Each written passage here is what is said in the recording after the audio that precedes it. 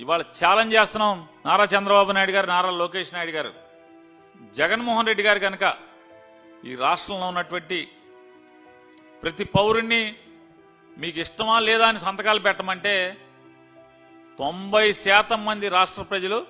అరే బాబు మెడికల్ కాలేజీలని, ప్రభుత్వ ఆసుపత్రుల్ని, ప్రభుత్వ మెడికల్ కాలేజీలని అమ్మేబాకండ్రా బాబు అని చెప్పి సంతకాలు పెట్టేవాళ్ళు. మీ జనసేన, బీజేపీ, టీడీపీ కరడుగట్టిన కార్యకర్తల దగ్గర నుంచి నాయకులు కూడా సంతకాలు పెట్టేవాళ్ళు. జగన్ కోటి అన్నాడు కాబట్టి ఓ డెడ్ లైన్ పెట్టుకుని 1 కోటి మందితో చేసుకుని చేశాను. జగన్ గారికి ఏమో విద్య పట్ల, ఆరోగ్యం పట్ల, ప్రజల యొక్క విద్య పట్ల, ప్రజల యొక్క ఆరోగ్యం పట్ల అమితమైనటువంటి బాధ్యతగా ఆయన భావిస్తే, ఇవాళ నారా చంద్రబాబు నాయుడు గారు ప్రజల యొక్క బాగోగుల పట్ల, అంటే ప్రజల్ని బాగు చేయడంలో ఫీజు రీంబర్స్మెంట్ ఇవ్వు, చదువు గాలి కొదులుతావు,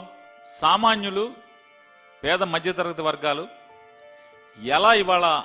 అందని ద్రాక్షలాగా చదువు అయిపోయే పరిస్థితి అయితే, వైద్యం అంటే ఎవరికన్నా రోగం వస్తే